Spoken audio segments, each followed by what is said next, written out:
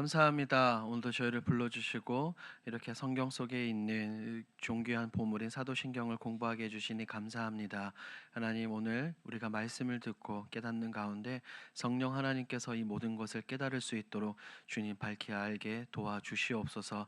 마치는 시간까지 함께 하실 줄 믿고 감사드리며 예수님의 이름으로 기도합니다. 아멘. 지난주에는 이제 사도신경 소개에 대해서 말씀을 드렸고, 오늘은 이제 1강 전능하사 천지를 만드신 하나님 아버지를 내가 믿사오며라는 이 문장에 대해서 우리가 함께 배우게 될 겁니다. 그런데 오늘은 전능하신 하나님과 하나님의 능력과 믿음에 대해서 우리가 함께 살펴보려고 합니다. 사도신경에 함축된 의미가 어떤 것인지, 그리고 우리가 풀어서 오늘 성경을 근거로 해서 한번 살펴보려고 합니다. 앞에서 한번 이야기하고 뒤에서 한번 더 반복하고 최종적으로 결론에서 우리가 다시 한번 더 복습하는 이런 반복적인 시간을 가지려고 합니다. 지난주에 제가 올려드린 영상 쇼츠 한번 보셨어요? 한 교회 침례 교단의 어떤 목사님이 말씀하시는 부분, 제가 이야기하는 것과 전혀 완전히 반대되는 이야기를 하시죠. 예, 성경에 없다고 안 믿는 것도 아니고 안 믿고, 그렇죠. 그래서 그렇게 해서는 안 된다는 겁니다. 교회사를 공부하면 이 사도신경이 어떤 의미인지는 우리가 반드시 분명하게 깨달을 수 있는데 좀 안타까웠습니다. 우리 많이들 이제 공부하셔서 이 하나님의 말씀을 마음을 잘 알아가시길 우리 주님의 이름으로 축복합니다. 자, 1강 보겠습니다. 전능하사 천지를 만드신 하나님 아버지를 내가 믿사오며. 1번 강의 목표. 사도신경의 첫 문장인 나는 전능하신 하나님을 믿습니다의 의미를 깊이 이해합니다. 신앙 고백이라는 것은 단순히 개인적인 감정이나 생각이 아니라 확고한 신념을 다는 선언입니다. 선언. 사도신경은 개인적인 동시에 공동체적인 이 신앙의 고백이라고 제가 지난주에 말씀을 드렸죠. 나는 믿습니다. 이것은 단순한 동의가 아니라 하나님께 대한 신뢰와 의지를 포함하는 겁니다. 이 부분은 오늘 계속해서 반복해서 우리가 배우게 될 겁니다. 2번, 하나님의 전능하심에 대한 성경적 가르침을 배우고 우리 삶에서 어떻게 적용할지를 고민합니다. 하나님은 아무것도 없는 상태에서 세상을 창조하셨죠. 인간의 한계를 뛰어넘어 불가능을 가능케 하시는 놀라운 전능하신 하나님입니다. 그런데 그 전능하신 하나님이 이 땅 가운데 역사하신다는 겁니다. 역사 가운데 섭리하시는 거죠. 하나님은 인간의 삶 속에서 일하시며 모든 것을 주관하신다. 이 로마서 8장에서 사도 바울이 분명하게 말하고 있는 겁니다. 그래서 우리가 이 신앙의 순례의 길을 걸어가는 가운데 때로는 우리가 이해하지 못하는 일들이 있다 하더라도 하나님의 선하신 뜻 가운데 우리를 인도하신다는 거예요. 3번, 믿는다는 고백의 본질을 깨닫고 신뢰와 순종의 삶으로 나아갑니다.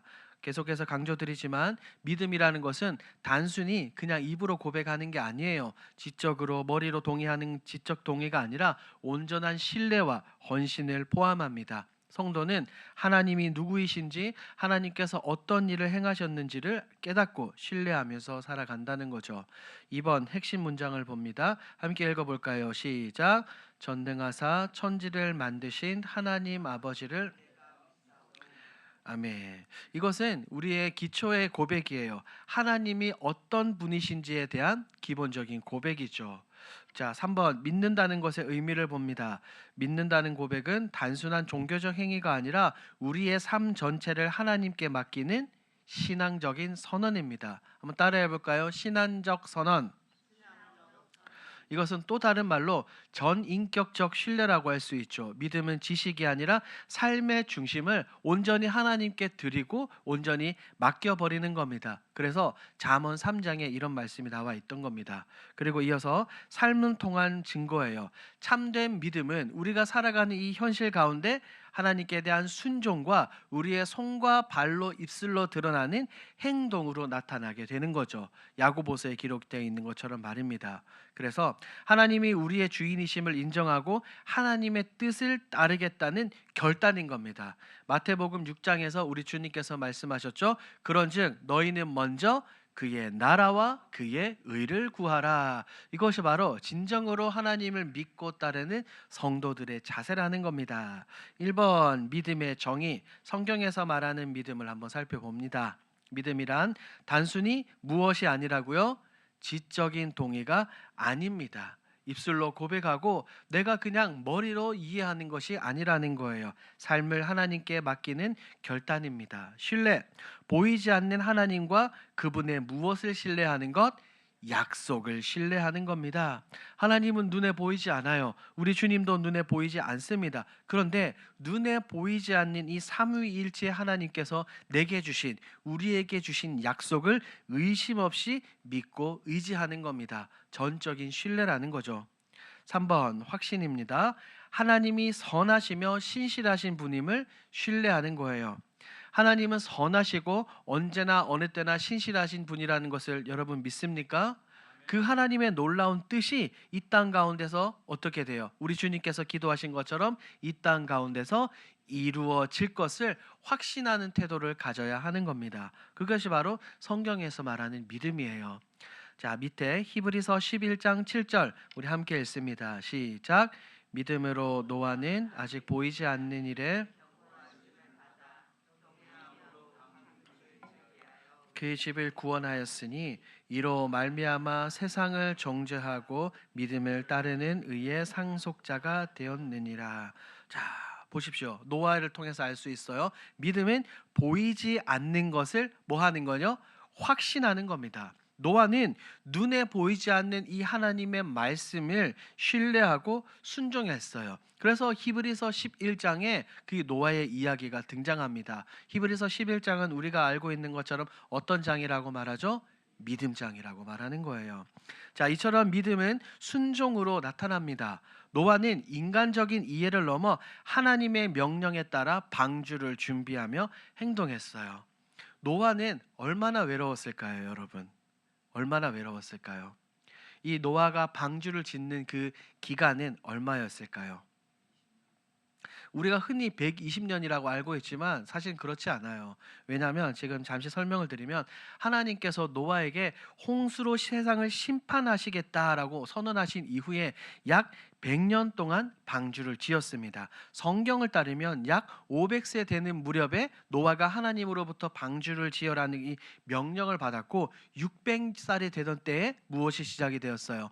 홍수가 시작이 되었습니다. 그러면 그렇게 계산을 해보면 노아가 방주를 지은 기간은 약 100년입니다. 그런데 우리가 알고 있듯이 120년이라고 말하는 것은 창세기 6장 3절 보니까 하나님께서 그렇게 말씀하셨어요. 심판까지 120년을 참으시겠다라고 말씀해서 우리가 노아가 아마 방주를 120년 동안 지은 것이 아닌가라고 생각을 하지만 이 연대기를 잘 살펴보면 약 100년 정도 이렇게 됩니다. 자, 이처럼 믿음은 구원을 이루는 순종에 따라서 우리에게 주어지는 겁니다. 노아의 믿음은 자기 자신뿐만 아니라 누구의 구원까지 이루었어요? 그렇죠. 자기 가족의 구원을 이루었으며 하나님께 인정받는 의의 길로 믿음의 반열에 올라갔습니다. 결국 하나님을 믿는 믿음이라는 것은 앞서 말씀을 드린 것처럼 그냥 입술로만 고백하는 것이 아니라 우리의 삶의 현장에서 이것이 행동으로 드러나야 되는 겁니다. 2번 봅니다. 믿음은 전적인 뭐라고요? 의존입니다. 다시 한번 반복해 봅니다. 믿음은 전적인 의존입니다. 하나님께 자신을 어떻게 하는 거예요? 맡기는 겁니다. 내 삶의 운전대를 하나님께 드리는 거예요. 그래서 내 뜻대로 세상을 살아가지 않고 하나님의 뜻, 우리 주님의 뜻대로 세상을 우리가 순종하면서 살아가는 겁니다. 2번 신뢰, 하나님의 능력과 계획을 뭐 하는 거예요? 신뢰하는 겁니다. 하나님의 능력과 하나님의 계획이 세상에서 가장 선하다는 것을 인정하고 내 생각이 아닌 하나님의 인도하심을 의지하는 겁니다. 세상에서 가장 똑똑하신 분이 누구예요? 그렇죠. 하나님이죠. 우리가 인간이 어떻게 하나님께 비할 수 있겠습니까? 그래 하나님의 이 말씀에 순종하는 겁니다. 내 것을 내려놓고 말입니다. 시편 37편 5절 시작. 내 길을 여호와께 맡기라.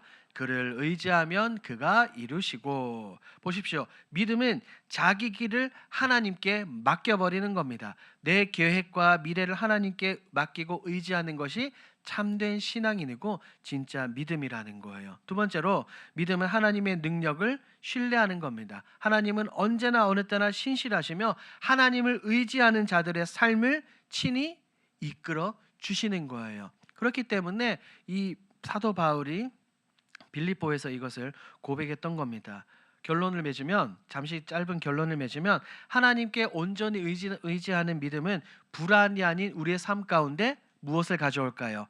평안을 가져옵니다. 결국 하나님의 선한 계획이 이루어지는 놀라운 삶을 우리가 경험하게 되는 거예요. 3번, 믿음은 무엇으로 나타납니까? 행동으로 나타납니다. 행함이 없는 믿음은 그 자체가 죽은 것이라. 야고보서에 나와 있죠. 믿음이라는 것은 단순한 고백이 아니라 우리의 실천으로, 행동으로 증명이 됩니다. 진정한 믿음이란 우리의 선택과 행동입니다. 자, 어떤 사람이 믿음이 있다, 어떤 사람이 하나님을 믿는다라고 말할 때 그 사람의 하는 행동과 그 사람이 어떤 것을 선택하는지를 보면 무엇을 알 수 있다는 거예요? 믿음을 알 수 있다는 겁니다. 우리의 선택과 행동 속에서 이것이 드러나며 전적으로 하나님을 신뢰하는가, 신뢰하지 않는가, 이런 삶의 태도를 우리가 알 수 있습니다. 자, 대표적인 예로 3번에 아브라함을 넣어놨죠. 아브라함은 하나님이 말씀하실 때 즉시 뭐 했습니까? 순종했습니다. 순종. 하나님의 명령을 들었을 때 즉시 순종하며 자신의 삶을 하나님께 맡긴 믿음의 본보기예요. 그렇기 때문에 우리가 아브라함을 어떤 조상이라고 부르는 거예요? 믿음의 조상입니다. 창세기에도 아브라함의 이야기가 기록이 되어 있고 히브리서 11장 그 믿음장에도 아브라함의 이야기가 기록이 되어 있는 겁니다. 이처럼 참된 믿음은 그저 말뿐만 아니라 하나님의 뜻에 따라 움직이는 것, 행하는 순종으로 증명되는 겁니다. 자, 이어서 믿는다는 고백의 의미를 한번 살펴볼까요? 동그라미 1번, 믿는다는 고백은 무엇을 뜻합니까? 첫 번째가 뭐라고요? 선언입니다. 선언. 우리의 믿음의 대상을 분명하게 뭐 하는 거요? 선언하는 겁니다. 내가 누구를 믿는지, 내가 믿는 하나님은 무엇인지 제가 지난 시간에 말씀을 드렸죠. 그것은 선서 공포하고 세상 가운데 드러내는 겁니다. 모든 사람들이 알 수 있도록 말입니다. 신앙 고백은 우리가 누구를 믿고 의지하는지 분명하게 드러내는 선언입니다. 자, 로마서 10장 9절 시작. 내가 만일 내 입으로 예수를 주로 시인하며 또 하나님께서 그를 죽은 자 가운데서 살리신 것을 내 마음에 믿으면 구원을 받으리라. 사도 바울이 말하죠. 너가 만일 너의 입으로 예수를 무엇으로 시인하며? 주로, 주인으로 시인하면 된다는 겁니다. 2번, 신뢰입니다. 하나님의 약속을 믿고 순종하는 태도이죠. 하나님께서 한번 언약하신 거, 하나님께서 한번 하신 약속은 그대로 지키십니까? 안 지키십니까? 지키시는 겁니다. 변하지 않는, 변치 않는 이 하나님의 놀라운 신실하신 약속을 믿고 하나님의 뜻에 따라 우리가 살아가야 되는 거예요. 시편 37편 시작. 내 길을 여호와께 맡기라. 그를 의지하면 그가 이루시고. 우리의 길, 우리가 달려나갈 이 세상과 이 순례의 모든 길을 누구에게 맡기라고요? 하나님께 맡기고. 하나님을 의지하면 하나님께서 뭐 하신대요? 이루어 주신답니다. 나의 뜻과 하나님의 뜻을 이루어 주신다라고 분명하게 말씀하셨죠. 3번, 단순한 것이 아닙니다. 내 삶의 주인이 누구라는 것을 분명하게 고백하는 거예요. 하나님.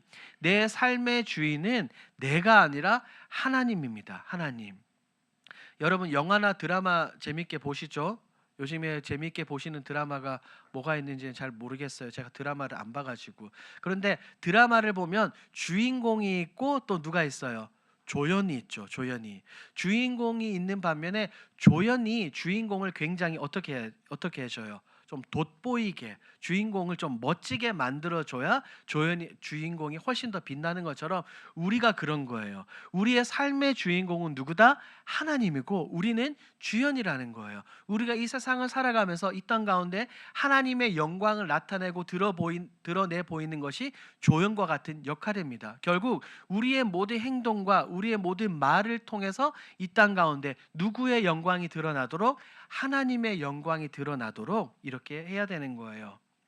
4번, 행동. 믿음은 반드시 삶의 변화로 이어집니다. 믿음이라는 것은 실천으로 나타납니다. 믿음이 있다면 반드시 우리가 그에 따른 행동이 뒤따라야 하며, 아까 잠시 살펴본 것처럼 행함이 없는 믿음은 곧 뭐라고요? 죽은 것입니다. 성경을 보면 삭개오가 있죠. 삭개오는 많은 사람들에게 손가락질 받고 비난받는 사람이었습니다. 그런데 이 돌무화과 나무 위에 올라간 이 삭개오를 보고 예수님은 부르시잖아요. 그리고 그의 집에 함께 들어가십니다. 그러니까 삭개오가 뭐라고 고백합니까? 내 재산을 어떻게 해요? 다시 나누어 주겠다. 억지로 빼앗은 것을 나누어 주겠다라고 결단했습니다. 이런 모습을 보면 하나님을 믿는, 우리 주님을 믿는다는 이 믿음이라는 것은 단순히 지적인 동의가 아니라 우리의 삶 가운데 실제적인 변화로 이어진다는 것을 보여주죠. 야고보서 2장 17절 시작. 이와 같이 행함이 없는 믿음은 그 자체가 죽은 것이라. 2번, 믿음의 대상이신 하나님에 대해서 한번 봅니다. 1번 대상, 어떤 관념과 사상이 아니라 누구라고요? 삼위일체 하나님입니다. 우리가 믿는 이 하나님은 단순한 철학이나 생각, 관념이 아니라 살아계신 삼위일체 하나님을 믿는 믿음인 줄 믿습니다. 성부 하나님, 성자 예수님, 성령 하나님을 우리가 믿고 따르는 것이죠. 2번, 하나님은 전능하시고 신실하시며 선하신 분입니다. 자, 전능하시다는 의미는 어떤 것입니까? 하나님은 모든 것을 가능하게 하시는 분입니다. 창세기 1장 1절 말씀을 보니 하나님께서 뭐 하셨어요? 세상을 창조하셨습니다. 무엇으로요? 말씀으로 창조하셨죠. 그리고 누가복음에 가니 마리아에게 어떻게? 성령으로 잉태하게끔 하셨습니다. 인간의 이성, 인간의 생각, 인간의 한계를 뛰어넘어서 일하시는 분이 바로 전능하신 하나님이라는 거예요. 두 번째, 신실하심을 살펴보면 하나님의 약속은 언제나 변함이 있다 없다? 없습니다. 한 번 하신 말씀은 그대로 지키시는 분이에요. 반드시 이루어집니다. 세 번째로 선하심을 보면 하나님은 언제나 선하시며 하나님의 계획은 언제나 우리에게 가장 좋은 계획인 줄 믿습니다. 그러니 이 사실을 믿는 그리스도인들은 좌절하거나 낭망하거나 넘어지고 쓰러지지 않는 거예요. 그러니 어떻습니까? 저를 보세요. 우리가 이 순례의 길을 걸어가는 가운데 우리의 삶에 닥친 이 힘든 아픔, 고난, 내가 생각할 때 인간적인 눈으로 볼 때 그것은 내게 너무나 큰 아픔이지만 하나님의 눈으로 본다면 그것은 내가 닥친 그 모든 경험은 어떤 거예요? 선한 길이에요. 선한 길. 하나님께서 이 모든 어려움들을 통해서 나를 단련시키시고 우리를 성장시키기 위한 하나님의 놀라운 계획과 시간입니다. 이것을 우리가 의지해야 되는 거죠. 시편 18편 시작. 여호와는 나의 반석이시요 나의 요새시요 나를 건지시는 이시요 나의 하나님이시요 내가 그 안에 피할 나의 바위시요 나의 방패시요 나의 구원의 뿌리시요 나의 산성이시로다. 아멘. 전능하신 하나님은 이 시편 기자의 고백처럼 이런 분입니다. 하나님은 변함없는 반석입니다. 흔들리지 않는 견고한 토대 반석이시며 우리의 삶을 든든히 지탱하시는 놀라운 하나님이시죠. 그리고 하나님은 보호하시는 요새가 되어 주십니다. 이 전능하신 하나님은 우리의 환난과 어려움 속에서도 하나님은 우리의 피난처가 되어 주시고 이 세상에서 가장 안전한 요새가 되어 주시는 겁니다. 세 번째로 하나님은 구원의 하나님이시죠. 우리의 힘이 되어 주실 뿐만 아니라 하나님께서 친히 우리를 건지시고 구원하시는 그 놀라운 하나님이신 줄 믿습니다. 그러니 이 하나님을 믿는 믿음은 막연한 신념이 아니라 우리가 믿는다고 이야기할 때 전능하시고 신실하시며 선하신 삼위일체 하나님에 대한 확고한 신뢰이며 고백입니다. 그렇기 때문에 우리가 어떠한 상황이 있든지 간에 우리가 하나님을 믿고 의지해야 될 줄 믿습니다. 동그라미 3번입니다. 믿음은 하나님과의 관계를 드러냅니다. 믿음은 무엇을 드러낸다고요? 관계입니다. 믿는다는 것은 하나님과 개인적이고 인격적인 관계를 의미합니다. 그래서 나는 믿습니다라고 사도신경이 처음에 시작을 하는 겁니다. 믿음은 이처럼 하나님과 친밀한 관계 속에서 이루어져요. 하나님을 믿는다는 것은 에녹이 그랬던 것처럼 늘 하나님과 동행하며 하나님의 인도하심에 따라 살아가는 겁니다. 2번 믿음, 우리의 마음과 입술로 하나님을 인정하고 관계를 고백하는 행위입니다. 로마서에는 나오죠. 너의 입으로 아까 우리가 살펴본 것처럼 예수를 주로 시인하면 내 마음에 하나님께서 그를 죽은 자 가운데서 살리신 것을 믿으면 구원을 받으리라. 우리의 마음과 그곳 그리고 우리의 입술을 통해서 하나님을 인정하고 하나님과의 관계를 회복시키는 겁니다. 4번 믿음은 삶의 무엇을 결정합니까? 방향성을 결정합니다. 우리가 달려가는 것도 중요하지만 어디로 무엇을 향해서 누구를 향해서 달려가는 것이 중요하죠. 믿음의 방향성입니다. 1번 믿는다. 하나님이 나의 삶의 주권자임을 인정하는 것입니다. 믿음은 하나님께서 나의 창조주이시고 내 삶의 모든 것을 주관하신 분임을 인정하는 겁니다. 2번 종교적 의무가 아니라 삶 전체를 하나님께 맡기겠다는 결단이 필요해요. 우리 주님께서도 이렇게 말씀하셨죠. 누구든지 나를 따라오려거든 자기를 부인하고 자기 십자가를 지고 나를 따를 것이니라. 우리 주님께서 그렇게 말씀하셨어요. 그래서 우리가 예수님을 믿고 예수님을 따르고 예수님의 제자가 된다는 것은 이 십자가를 지고 우리가 달려 나아가는 겁니다. 이것이 바로 참된 믿음이에요. 삶의 방향을 하나님께 맡기는 결단이며 하나님의 뜻에 따라 살아간다는 적극적인 선택입니다. 자, 이어서 4번 전능하신 하나님의 속성에 대해서 한번 살펴보겠습니다. 이 부분 우리가 함께 읽도록 하겠습니다. 시작.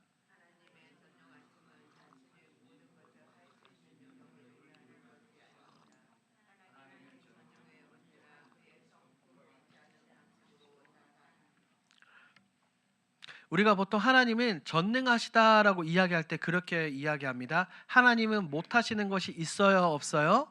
없다라고 고백하는데 정확히 이야기하면 틀렸습니다.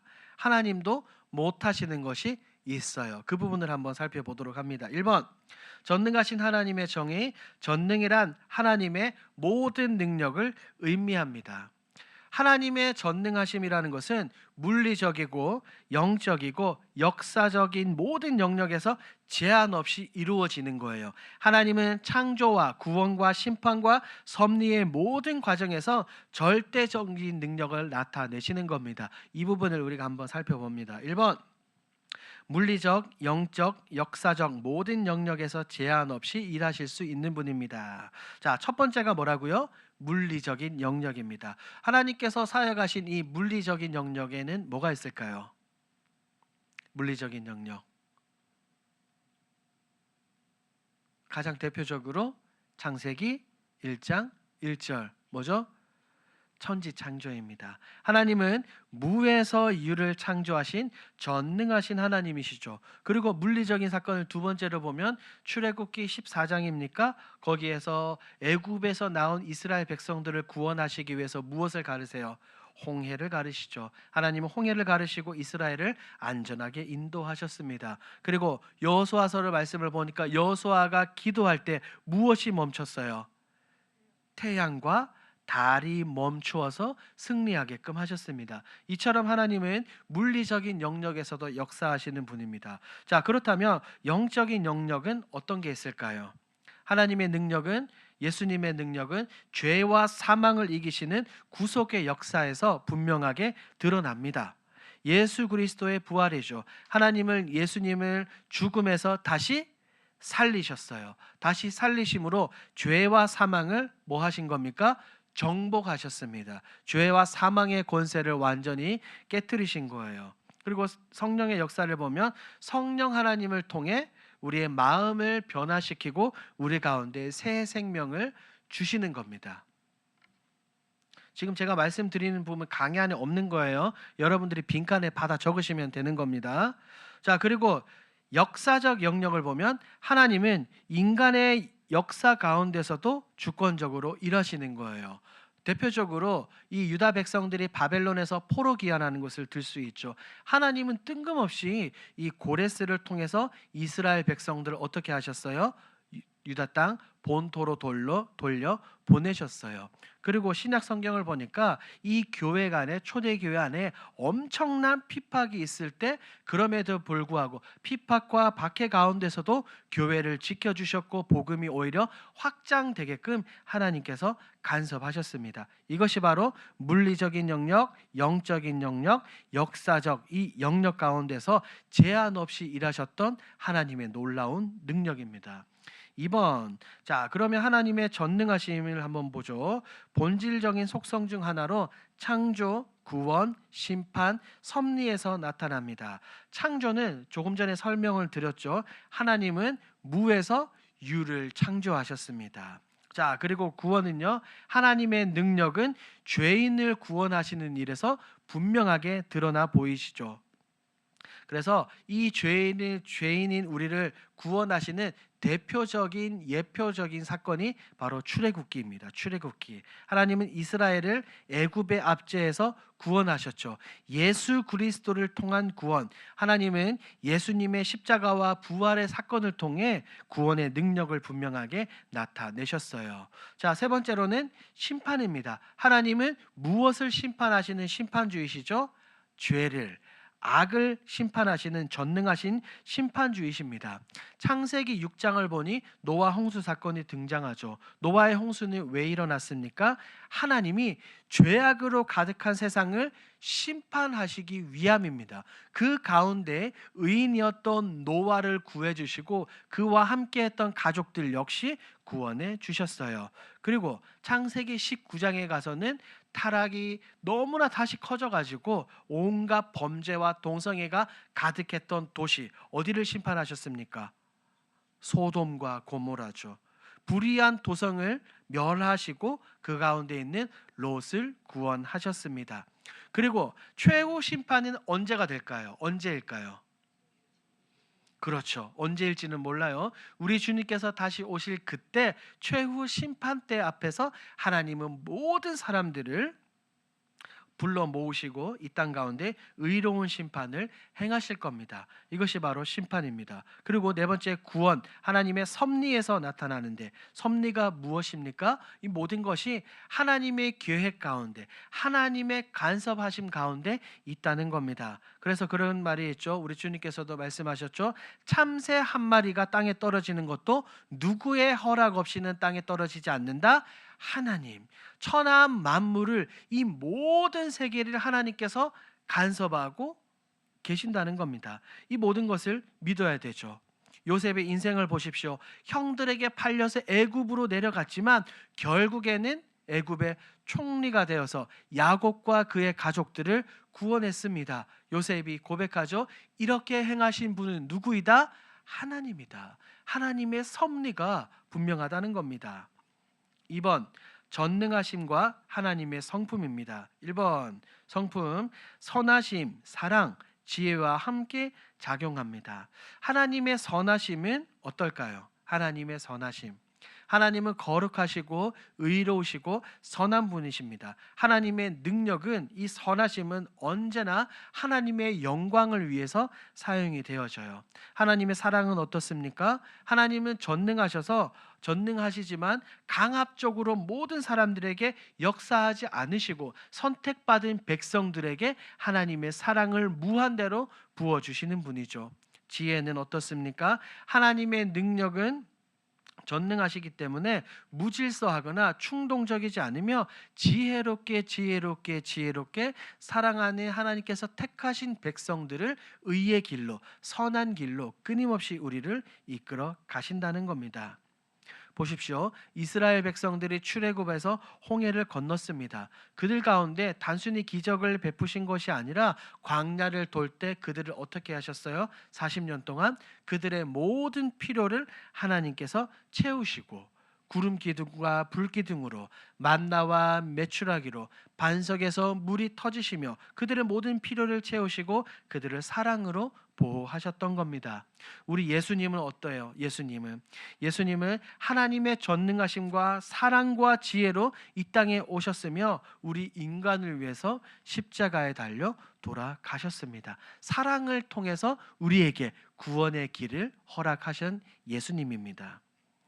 자, 2번이 불가능입니다. 아까 제가 말씀을 드린 것처럼 하나님은 모든 것을 다 가능한 것이 아니라 못하시는 것도 있습니다. 하나님은 능력이 많으시지만 자신의 성품과 일치하지 않는 일은 하시지 않는다는 겁니다. 대표적으로 제가 괄호해 놨죠. 뭐죠?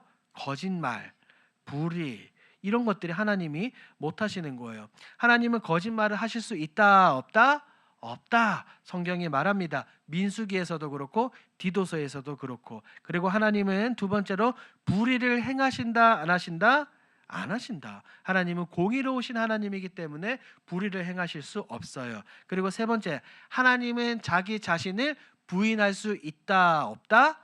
없다. 하나님은 자기 자신을 부인하지 않습니다. 우리는 연약한 인간이기 때문에 신실하지 못해서 우리는 스스로를 부인하지만 하나님은 스스로를 부인하실 수 없습니다. 그래서 하나님은 사탄처럼 악을 만드실 수 있어요? 없어요? 없어요. 죄가 이 땅 가운데 들어오기는 했지만 어떻게 생겨났는지는 모르겠어요. 하지만 하나님이 그 죄를 만드셨다, 만들지 않으셨다? 않으셨다. 하지만 신학적으로 보면 그것을 죄의 허용적 작정이라고 말해요. 하나님이 이 땅 가운데 죄가 들어오도록 어떻게 하셨다?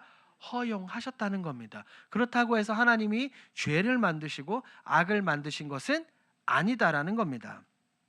사탄처럼 거짓을 말하거나 죄를 짓는 능력이 하나님은 없으시고 그리고 부당한 심판을 하실 수 없습니다. 언제나 어느 때나 어제나 오늘이나 내일이나 영원토록 우리 하나님은 공의로운 분이시기 때문에 불의를 행하실 수 없는 거예요. 자, 동그라미 3번. 전능하신 하나님을 믿는다는 것은 이런 겁니다. 1번 능력. 우리의 모든 두려움과 한계를 초월합니다. 인간의 연약함과 불가능한 상황 속에서도 하나님은 능력으로 역사하시는 거예요. 대표적으로 보면 사무엘상 17장에 다윗과 골리앗 사건이 있죠. 다윗은 골리앗과 싸웠지만 사실은 자신의 힘이 아니라 누구의 능력을 믿고 의지하고 신뢰했어요? 하나님이에요. 하나님의 능력을 신뢰하고 저대한 적과 맞섰습니다. 출애굽기 14장에 나오는 홍해는 어떻습니까? 하나님은 물리적인 한계를 초월해서 홍해를 가르시고 이스라엘 백성들을 구원하시고 애굽 군대를 수장시키셨어요. 이처럼 하나님의 능력이죠. 2번 인정입니다. 우리의 약함과 무능함을 인정해야 되는 겁니다. 왜냐하면 전능하신 하나님을 믿는다는 것은 내 힘, 내 생각 그것을 의지하는 것이 아니라 하나님의 능력에 의지하는 것이죠. 그래서 사도 바울은 고린도 후서에서 말했잖아요. 내가 약할 때 그때가 곧 뭐다? 강함이다. 자신의 약함 가운데서도 하나님의 능력이 온전해짐을 직접 경험했던 사도 바울의 고백입니다. 베드로는 어떻습니까? 베드로는 우리 주님이 잡히시던 그날 닭이 3번 울기 전에 예수님을 부인했죠. 예수님을 따르고 사랑했지만 결국에 예수님을 부인했습니다. 하지만 우리 주님은 그를 버리셨나요? 아니에요. 다시 부활 이후에 다시 베드로를 찾아오셔서 뭐라고 말씀하셨어요?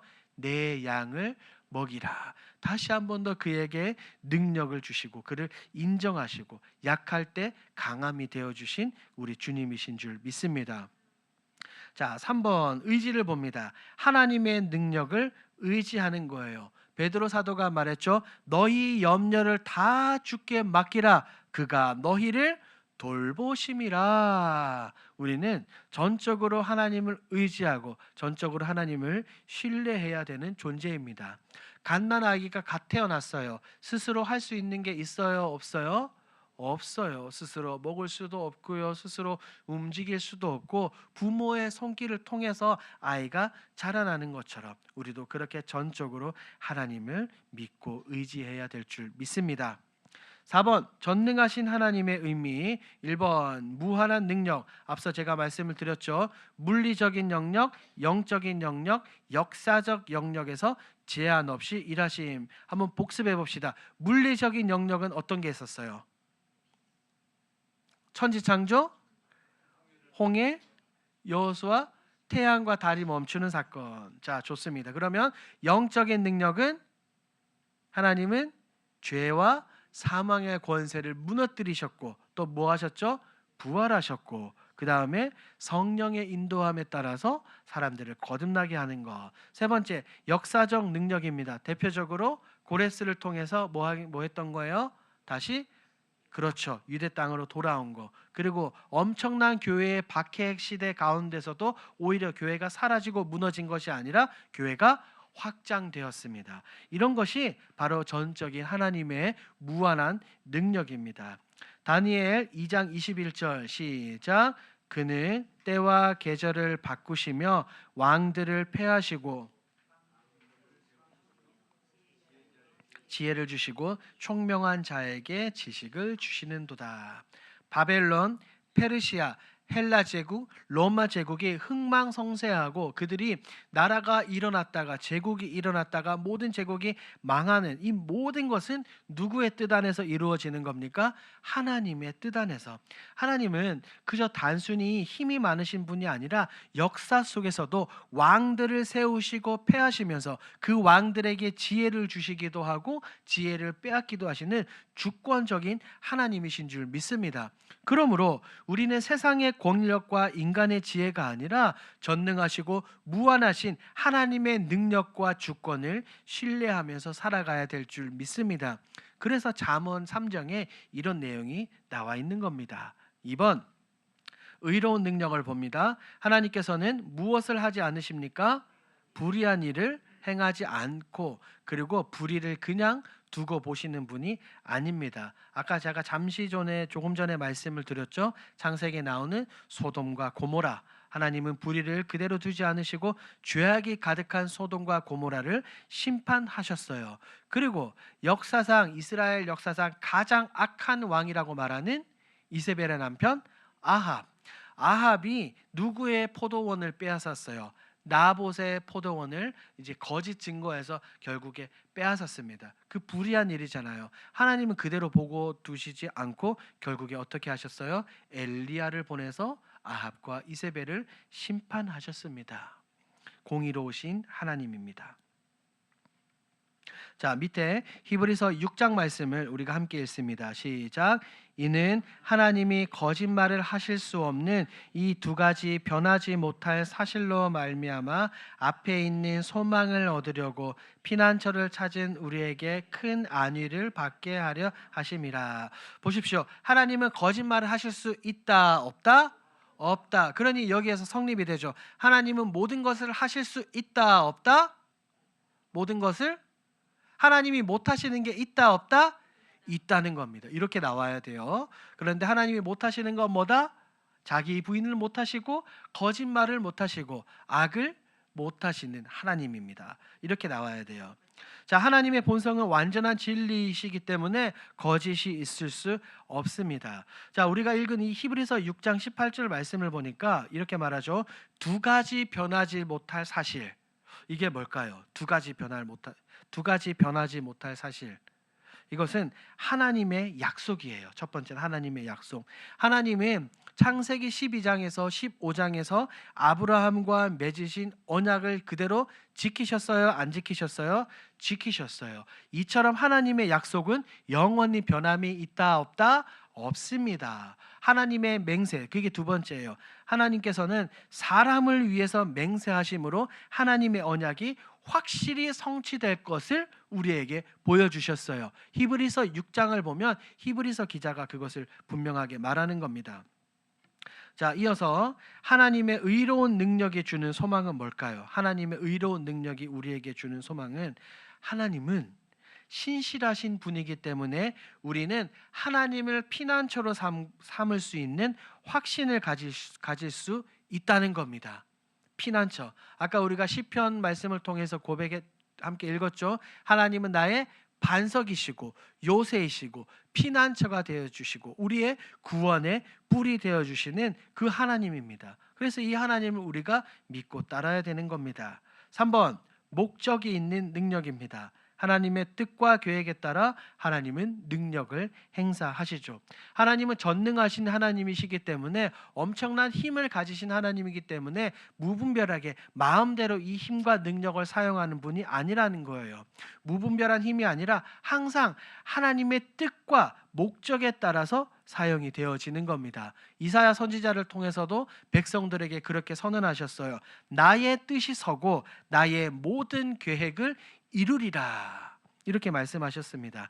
하나님의 능력은 단순한 힘이 아닙니다. 하나님의 구원 사역을 이루기 위한 확실한 도구이고 최고의 도구인 줄 믿습니다.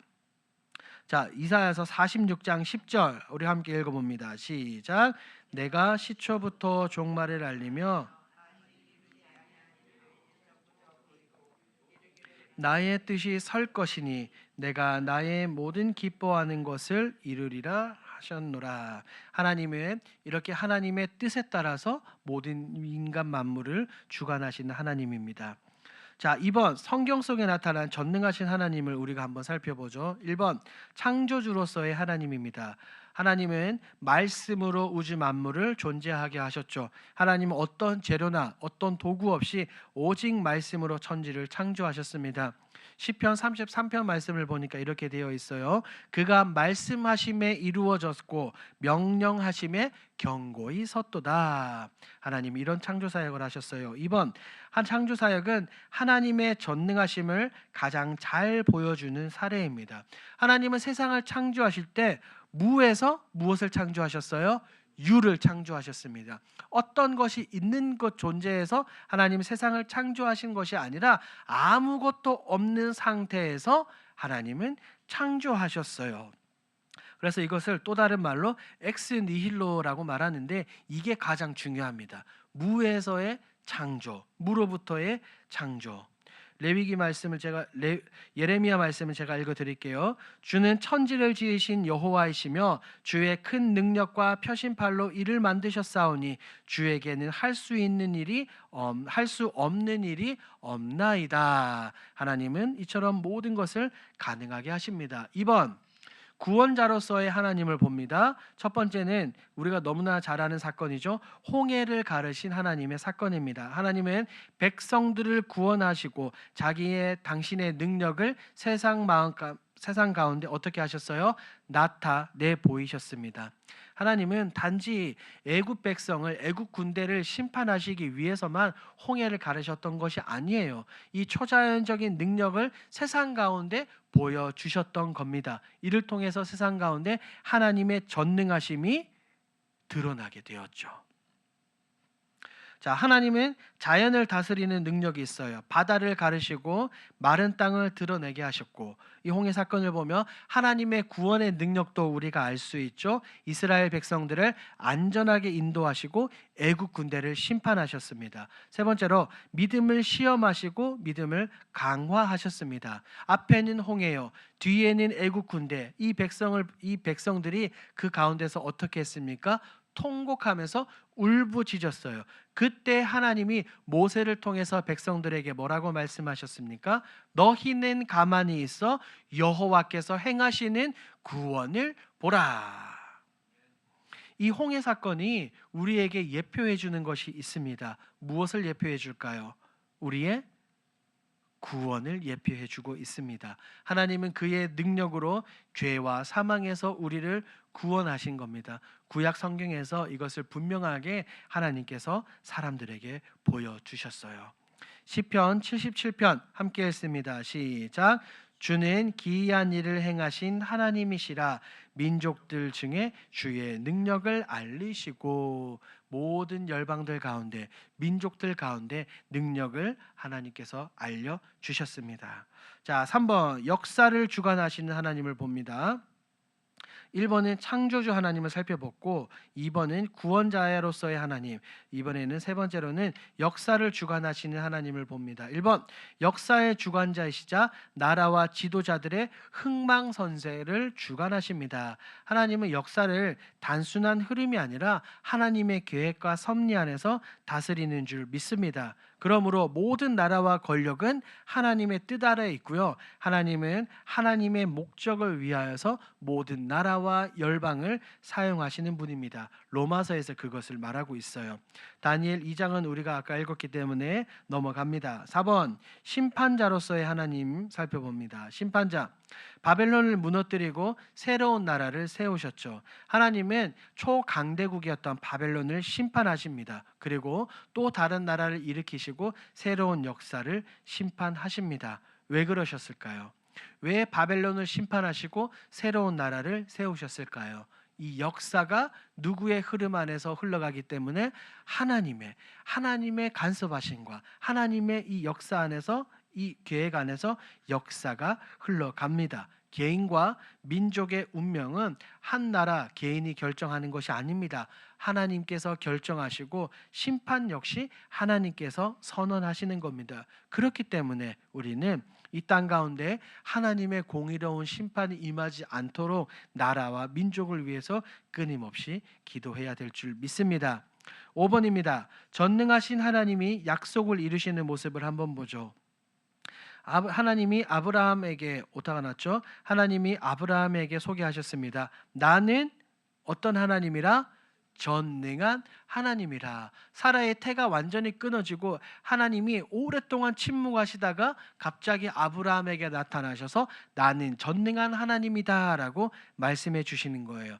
전능하다, 히브리어는 엘샤다이 라고 말합니다. 전능하신 하나님으로 하나님은 아브라함에게 당신을 드러내 보이셨어요. 인간의 한계를 초월하여 불가능해 보이는 일을 이루시는 하나님이라는 것을 분명하게 아브라함에게 선언하셨던 겁니다.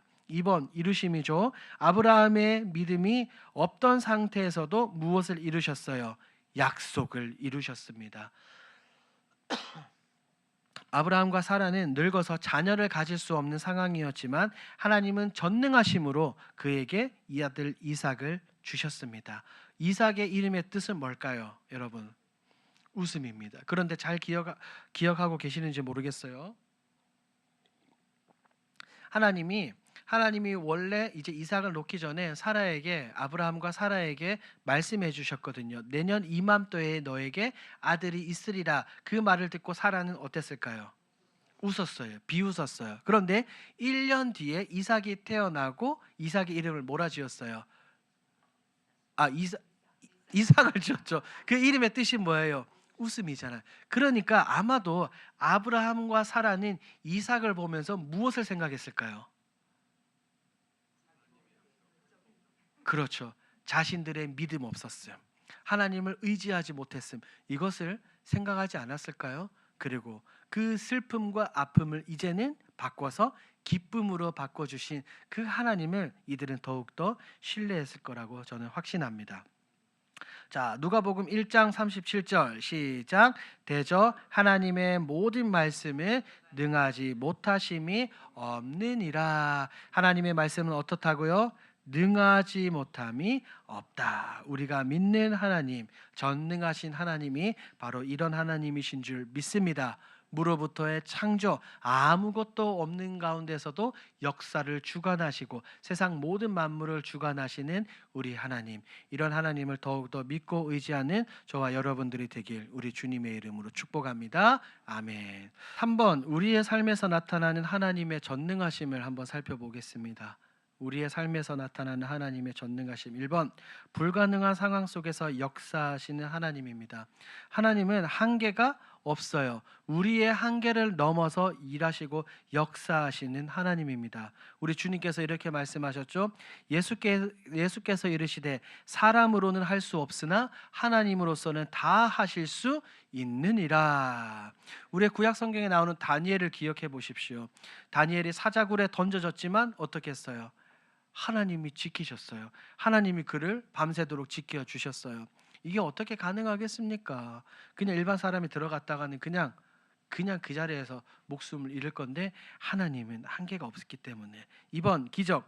하나님은 우리의 기도와 신뢰를 통해 기적적인 방법으로 역사하십니다. 보십시오.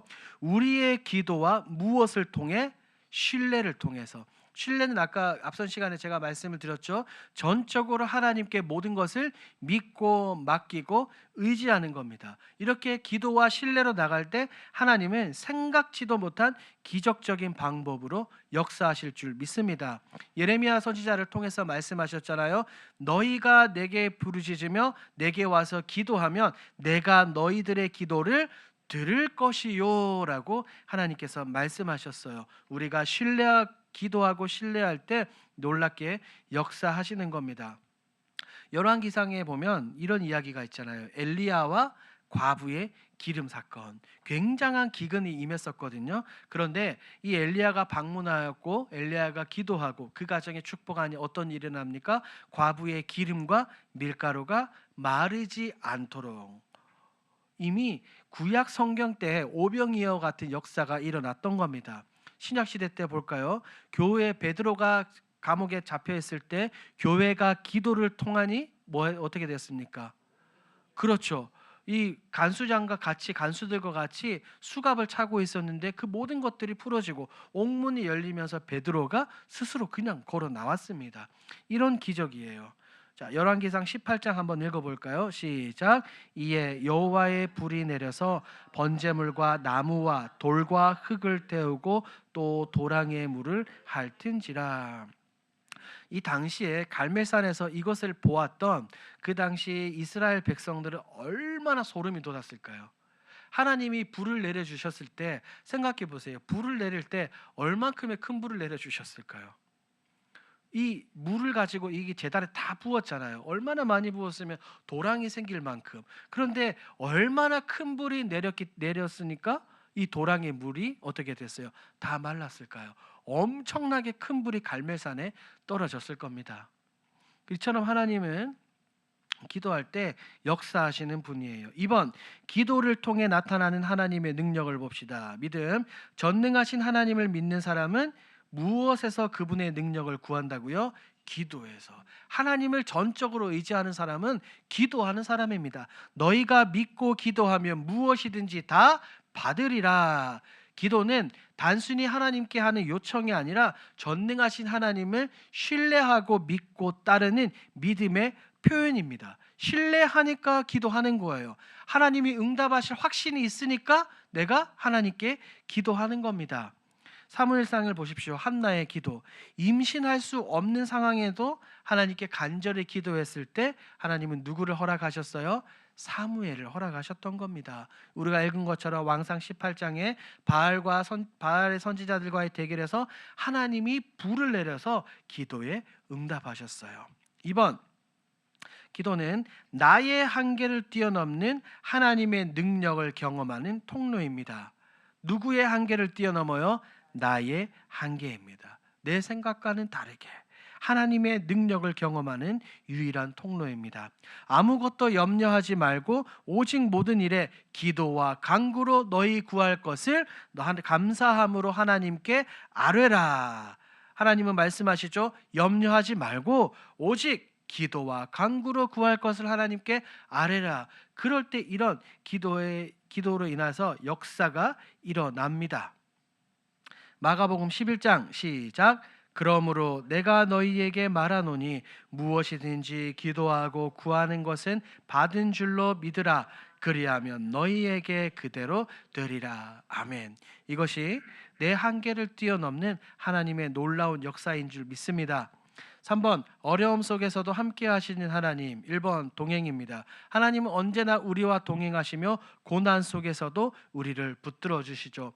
우리 성도들이 가장 좋아하는 사랑하는 말씀이 있죠. 이사야서 41장 말씀입니다. 내가 너와 함께함이라 두려워하지 말라. 나는 내 하나님이 될미라. 내가 너를 굳세게 하리라. 참으로 너를 도와주리라. 하나님은 우리와 동행하시면서 언제나 우리에게 힘을 주시고 이런 능력을 주시는 겁니다. 하나님은 우리가 고난을 겪을 때도 결코 우리를 떠나요, 안 떠나요? 떠나지 않습니다.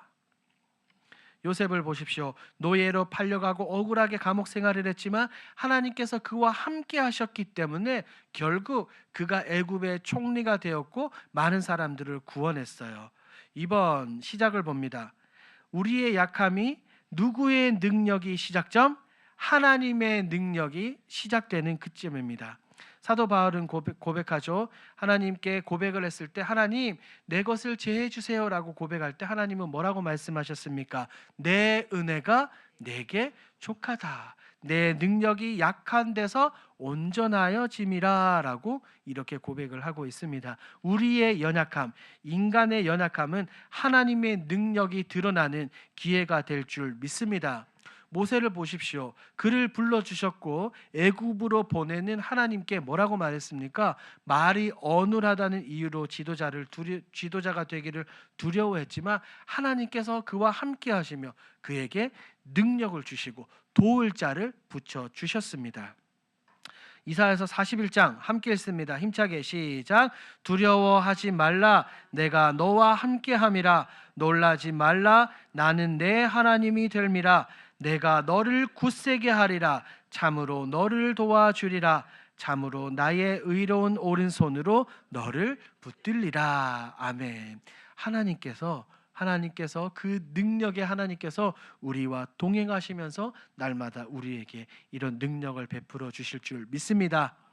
5번입니다. 핵심 본문 창세기 17장도 있습니다. 시작.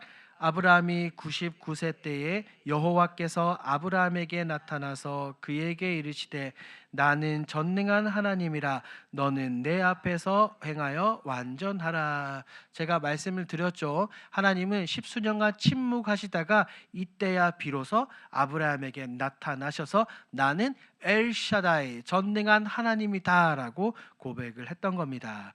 자, 6번 핵심 질문으로 넘어가 볼까요? 핵심 질문.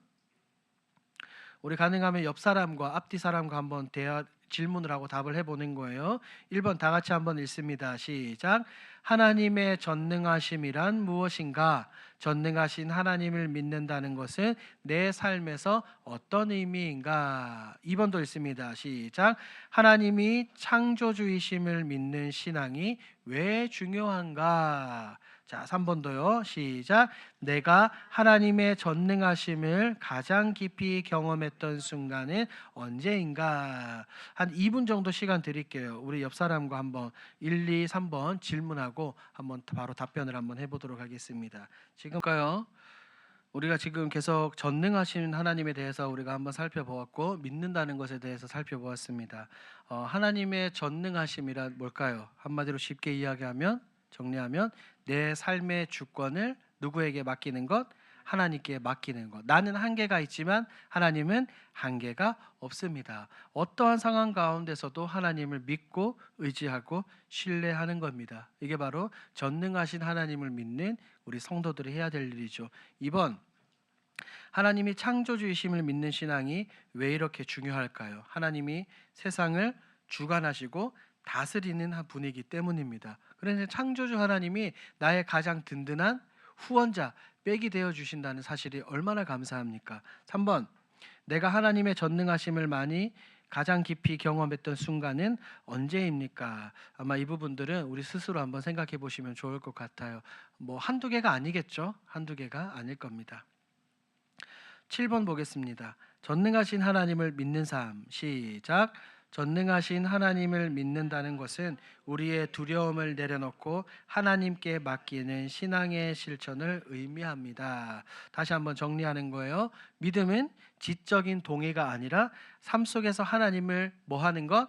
신뢰하고 하나님께 맡겨 드리는 겁니다. 하나님은 우리의 연약함을 알고 계시기 때문에 우리와 동행하시면서 우리에게 날마다 감당치 못할 능력을 주시는 거예요. 1번, 고난 속에서도 하나님을 신뢰하기. 하나님은 고난 가운데서도 역사하시는 분인 줄 믿습니다. 하나님은 우리가 이 땅을 살아가는 가운데 우리에게 고난을 허락하셔요. 고난을 허락하시지만 그 가운데서도 무엇을 이뤄 가실까요? 하나님의 선한 계획.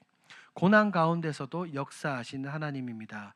1번, 우리의 믿음을 시험하시지만 하나님은 그 가운데서도 함께 하십니다. 고난은 우리의 믿음을 연단하는 도구인 줄 믿습니다. 그런데 보십시오. 하나님이 우리에게 고난을 주시고 나서 우리 혼자 견뎌라, 너 혼자 이것을 이겨내라고 하시는 분이 아니래요. 결코 우리를 홀로 두시지 않고 오히려 함께 하심으로 우리의 믿음과 신앙을 더욱더 굳건히 하시는 하나님이신 줄 믿습니다. 2번, 고난을 제거해 주심. 이를 통해서 우리를 더 단련시켜 주시는 겁니다. 때로는 하나님의 백성들이 하나님께 무릎 꿇고 간절히 부르짖을 때 하나님은 그 기도에 응답하셔서 어려움과 아픔과 문제들을 직접 제거해 주시는 경우도 있다는 거예요. 이사야서 43장 2절 함께 했습니다. 시작. 내가 물 가운데로 지날 때에 내가 너와 함께 할 것이라. 강을 건널 때에 물이 너를 침몰하지 못할 것이며 내가 불 가운데로 지날 때에 타지도 아니할 것이요 불꽃이 너를 사르지도 못하리니. 여러분 아멘이십니까? 물 가운데, 불 가운데 어디에서 무엇을 하든지 간에 하나님께서 누구와 함께 하신다고요? 나와 함께 하십니다. 2번, 고난을 통해 드러나는 하나님의 뭐래요? 목적입니다. 하나님은 목적이 있으신 거예요. 고난 가운데서도 선한 계획을 이루십니다. 방금 전에 살펴보았죠.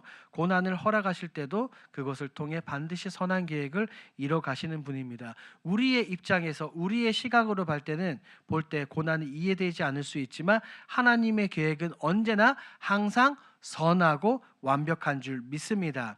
이스라엘 백성들이 왜 광야를 40년 동안 돌았을까요? 그것이 그들에게 고난이었을까요? 아픔이고 힘듦이었을까요? 아니에요. 그들은 40년 동안 이 광야에서 훈련받으며 누구만을 의지하는 법을 배웠던 거예요. 하나님입니다. 하나님. 예수님은 어떻습니까? 가장 큰 고난이었던 십자가 사건을 통하여 순종하심으로 인류에게 구원의 길을 주셨죠. 우리에게 영생의 길을 주셨습니다. 고난 가운데 있는 하나님의 놀라운 계획이 있어요. 2번, 성장. 고난을 통해 우리의 믿음을 더 성숙해 하심. 우리가 잘 아는 말씀이죠. 로마서 5장. 환난은 인내를, 인내는 연단은, 연단은 소망을 이루는 줄 알미로다. 고난은 우리를 연단하고 믿음을 더욱더 견고하게 만드는 도구가 됩니다. 우리가 어려움 가운데, 고난 가운데 하나님을 신뢰하고 이것을 견뎌낼 때 하나님은 우리를 더욱 성숙한 신앙인으로 세우실 줄 믿습니다. 로마서 8장 시작. 우리가 알거니와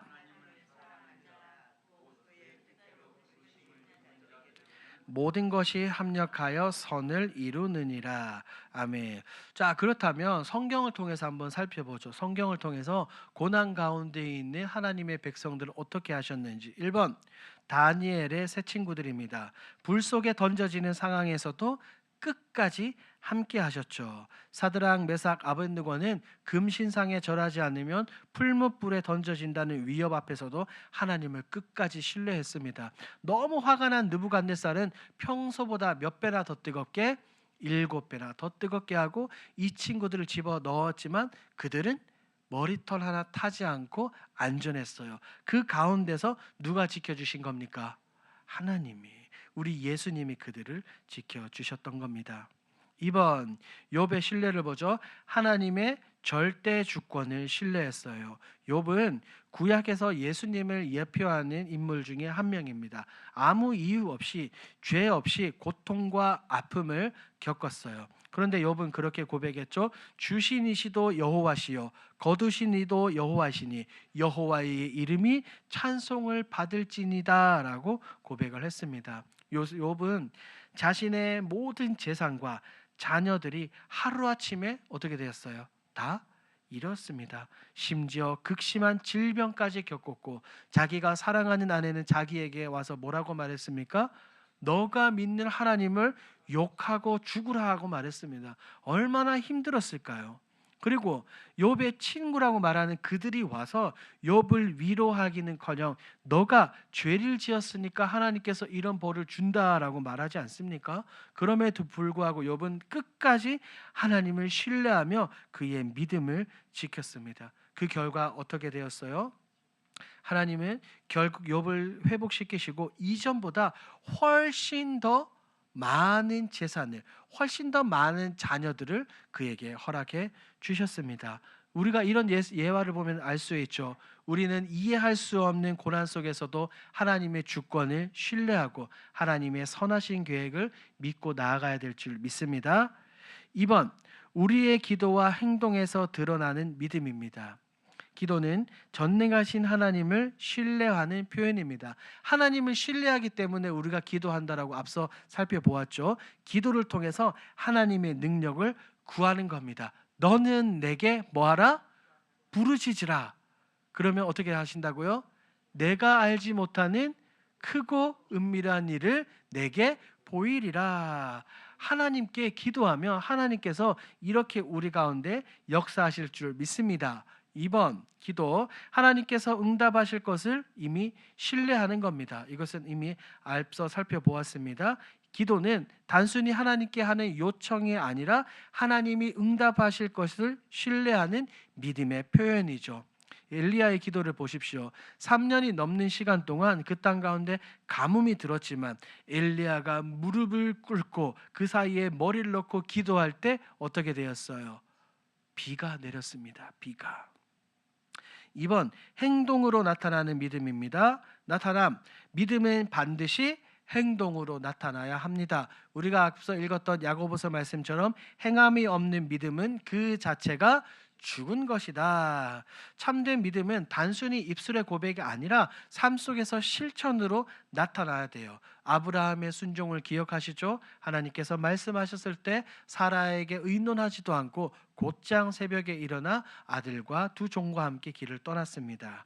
3번 우리의 삶에서 믿음을 보이는 행동 방법이 있어요. 1번 무엇에 순종하는 겁니까?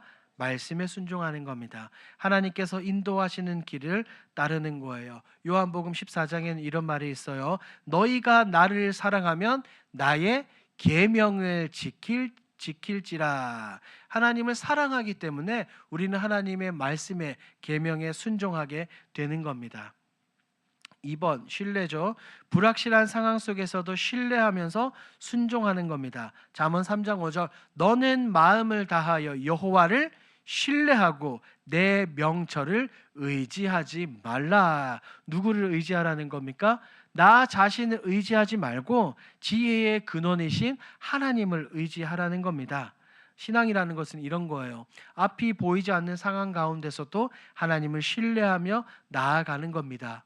이 가나안 정복 전쟁을 하는 이스라엘 백성들을 생각해 보세요. 그 큰 여리고성 앞에서 하나님은 어떻게 하라고 하십니까? 하루에 한 바퀴씩 이 성을 돌라고 하시고 마지막 날에는 7번 돌라고 하시죠. 그러니까 논리적으로 이해가 되지 않는 명령이었지만 순종했을 때 어떤 일이 일어났어요? 그 견고한 여리고성이 와르르 무너졌습니다. 3번 사랑과 섬김이에요. 자신의 필요보다 타인을 먼저 섬기는 믿음의 행동이 필요합니다. 우리 주님께서는 이 땅에 오셔서 어떻게 하셨습니까? 왕으로 대접을 받으신 것이 아니라 더욱더 낮아지셨죠. 낮아지고 사람 우리에게 생명까지 주셨습니다. 선한 사마리아인의 이야기를 기억하십니까? 다른 사람들을 외면했지만 이 사마리아인은 그저 외면하지 않았어요. 그를 데려다가 치료해주고 돈까지 맡겨주며 그를 끝까지 책임지는 그런 행동을 보입니다. 자, 3번 전능하신 하나님을 신뢰하는 삶의 태도를 한번 보죠. 1번 불확실한 미래를 맡기는 삶입니다. 불확실한 시대. 요즘 시대가 어떻습니까? 나라 정치적으로 혼란하고 경제적으로 굉장히 많이 힘들고 어렵잖아요. 이 불확실한 시대에 우리의 미래를, 앞일을 하나님께, 우리 주님께 맡겨버리는 겁니다. 다윗은 어떻습니까? 비록 그가 어릴 때 사무엘 선지자가 그에게 찾아와서 머리에 기름을 부어서 왕이 될 것이라고 이야기를 했지만 십수년이 지나고 난 이후에야 왕이 되었어요. 끊임없이 인내하고 기다렸습니다. 하나님의 때를 기다렸던 거예요. 우리의 계획보다 하나님의 뜻을 먼저 구하는 이것이 필요한 줄 믿습니다.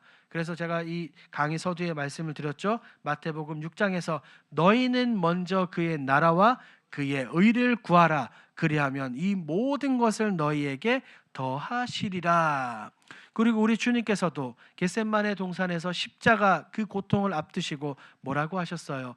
내 뜻대로 마옵시고 아버지의 뜻대로 하옵소서. 우리 주님께서 이렇게 기도하셨어요. 내 계획보다, 내 생각보다 하나님의 뜻을 먼저 구하는 그런 기도가 필요합니다. 2번, 기도를 통해 하나님의 능력을 구하는 삶입니다. 앞서 살펴보았지만 반복합니다. 기도를 통해 하나님의 능력을 경험하는 겁니다. 자, 복습해줘. 기도는 단순한 요청이 아니라 뭐라고요? 하나님의 능력을 경험하는 통로입니다. 기도는 하나님의 능력을 경험하는 통로예요. 우리가 기도할 때 불가능을 가능하게 하시는 하나님의 그 놀라운 능력을 우리가 볼 수 있는 겁니다. 그래서 앞서 우리가 이 엘리야의 기도를 살펴보았죠. 하나님의 살아계신 하나님께서 역사하시고 간섭하시는 것을 우리가 직접 기도를 통해서 경험할 수가 있는 겁니다. 마가복음 11장도 한번 더 읽어봅니다. 시작. 그러므로 내가 너희에게 말하노니 무엇이든지 기도하고 구하는 것은 받은 줄로 믿으라. 그리하면 너희에게 그대로 되리라. 그러니 우리가 기도를 해야 됩니까? 안 해야 됩니까? 해야 되는 겁니다. 3번, 어려움 속에서도 하나님을 신뢰하는 삶. 믿음이 클수록 어려운 상황 가운데서도 흔들리지 않을 수 있어요. 우리 주님께서 말씀하셨죠. 너희 믿음이 뭐만큼만 있어도 겨자씨 한 알만큼만 있어도 이 산을 명하여 저기로 옮길 것이다 라고 말씀하셨습니다. 이 믿음이 클수록 하나님을 끝까지 신뢰하는 태도를 가질 수 있을 줄 믿습니다. 자, 이사야서 말씀은 우리가 조금 전에 읽었기 때문에 넘어가도록 합니다. 마지막 8번 결론을 한번 보죠. 결론 1번 다 같이 읽습니다. 시작. 하나님은 전능하시며 그의 능력은 창조뿐만 아니라 섭리와 구원에서도 나타납니다. 자, 창조 복습해보죠. 하나님은 어디에서 무엇을 창조하신 분이다? 무에서 유를 창조하신 분이다. 섭리, 하나님은 세상을 다스리시며 모든 것을 누구의 뜻대로? 하나님의 뜻대로 이루어 가시는 분. 자, 구원은 인간의 죄와 죽음을 이기시고 예수 그리스도를 통해 구원의 길을 여셨습니다. 이것을 제가 말씀을 드렸어요. 2번, 이 부분은 오늘 다루지 않았고 다음 주에 다루게 될 겁니다. 아버지가 어떤 의미인지. 자, 3번 시작. 신자는 믿음으로 하나님을 신뢰하며 그의 전능하심을 의지하며 살아가야 한다. 주님께서 말씀하셨죠. 너희 믿음대로 될지어다. 우리의 믿음이 필요한 거예요. 우리의 능력이 아니라 하나님의 능력을 신뢰하며 살아가야 될 줄 믿습니다. 4번 시작. 하나님의 전능하심을 깨닫고 두려움과 염려 대신 하나님을 신뢰하는 태도를 가져야 한다. 너희 염려를 다 누구에게 맡기라? 주께 맡기라. 그가 너희를 돌보심이라. 환경과 상황이 아니라 하나님의 신실하심을 믿고 우리가 평안 가운데 살아야 될 줄 믿습니다. 5번 시작. 신자는 전능하신 하나님의 뜻에 순종하며 그의 영광을 위해 살아야 한다. 자, 우리가 먹든지 마시든지 무엇을 하든지 누구의 영광을 위해서 살아야 합니까? 하나님의 영광. 하나님이, 예수님이 내 삶의 주인이라는 것을 인정해야 됩니다. 우리는 조연이고 하나님은 뭐라고요? 주인공입니다. 하나님의 뜻에 따라 순종하는 삶을 살아야 됩니다. 자, 1번부터 5번까지 연속으로 한번 읽어봅니다. 시작. 하나님은 전능하시며 그의 능력은 창조뿐만 아니라 섭리와 구원에도 나타난다. 3번 시작. 신자는 믿음으로 하나님을 신뢰하며 그의 전능하심을 의지하며 살아가야 한다. 4번 시작. 하나님의 전능하심을 깨닫고 두려움과 염려 대신 하나님을 신뢰하는 태도를 가져야 한다. 5번 시작. 신자는 전능하신 하나님의 뜻에 순종하며 그의 영광을 위해 살아가야 한다. 자, 최종 정리를 한번 해볼게요. 전능하신 하나님을 믿는다는 것은 단순한 지적 동의가 아니라 나의 삶을 누구에게 맡기는 거요? 하나님께 맡기는 신앙적 선언입니다. 하나님은 창조주이실 뿐만 아니라 무엇을 주관하십니까? 이 모든 세상의 역사를 주관하시고 섭리를 통해서 우리의 삶을 인도하시고 우리의 삶 가운데 구원의 능력을 나타내십니다. 믿음은 단순한 감정과 동의가 아니에요. 신뢰와 순종의 행동으로 나타나야 될 줄 믿습니다.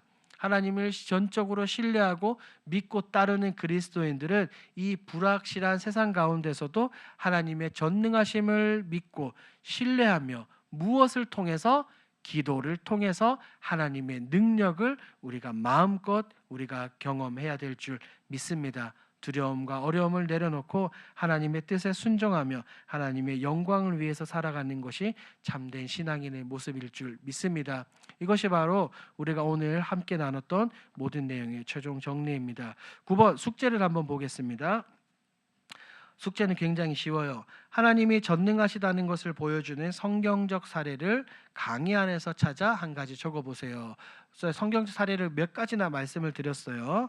자, 2번은 없습니다. 다음 주에 하는 거예요. 하나님을 아버지는 다음 주에 배웁니다. 3번, 전능하신 하나님을 신뢰하는 삶이란 무엇인지 강의안을 보고 한 문장으로 정리해 보십시오. 전능하신 하나님을 믿는다는 것이 어떤 것일지 여러분들 스스로가 생각하는 이것을 적어서 문장으로 적어서 저에게 보내주시기 바랍니다. 하나님 감사합니다. 오늘 이렇게 긴 시간 우리가 전능하신 하나님을 믿는다는 것이 어떤 것인지 우리가 배우게 해주시니 감사합니다. 하나님, 우리가 전능하신 하나님을 믿는다고 고백하는 것은 단순히 지적으로 동의하고 고백을 하는 것이 아니라 우리의 삶의 신앙 전체를 하나님께 맡겨드리는 행위인 줄 믿습니다.